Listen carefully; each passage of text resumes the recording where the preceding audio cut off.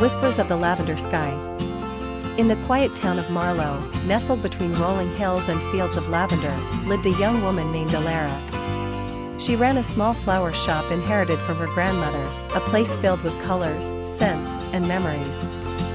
Each morning, Alara would ride her bicycle through the countryside, collecting fresh blooms from local gardens, her heart light with the rhythm of nature. One autumn afternoon, a stranger stepped into her shop. His name was Adrian, a travel photographer from the city who had come to Marlow seeking inspiration. He had sandy hair, eyes like storm clouds, and carried an old camera around his neck. He was quiet at first, observing the world as though it spoke a language only he could understand. Adrian bought a single lavender stem and asked if he could photograph the shop. Curious and flattered, Alara agreed. Over the next few days, he kept coming back, each time with a new excuse. Flowers for his room, questions about local legends, or just to talk.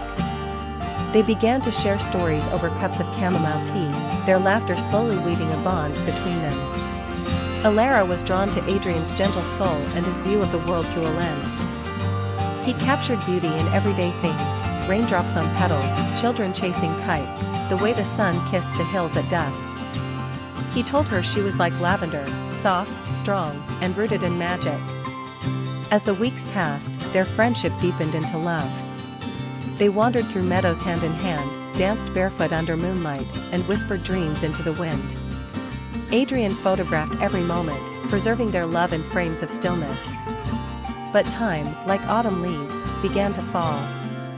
Adrian's contract with a magazine required him to return to the city for a long-term assignment abroad.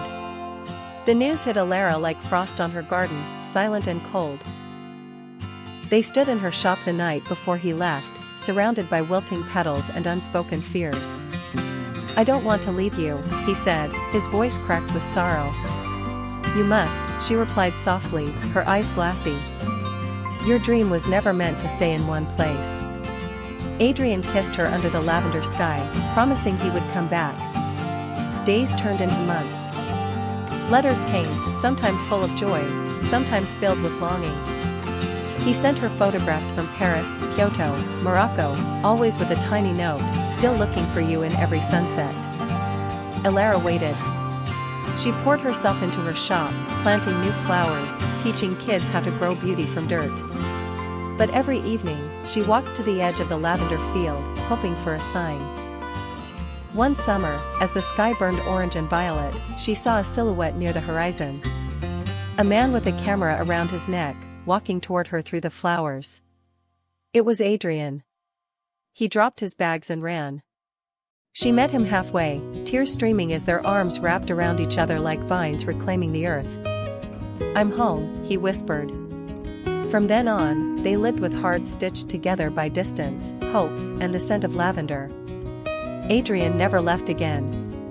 He opened a small gallery beside Alara's shop, filled with photos of love, longing, and the beauty of waiting.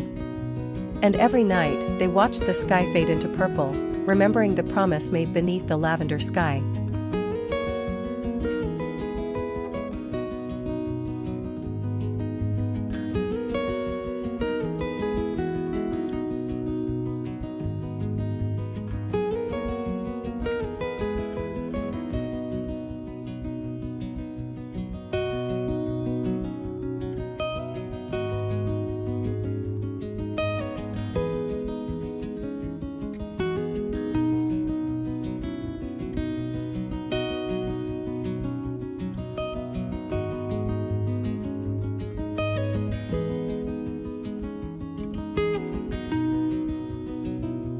Beneath the starlit sky.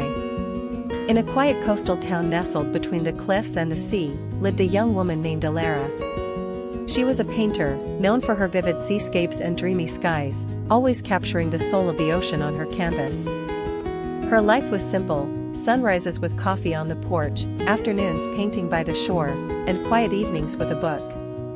But her heart longed for something more, a connection as deep and unpredictable as the sea itself.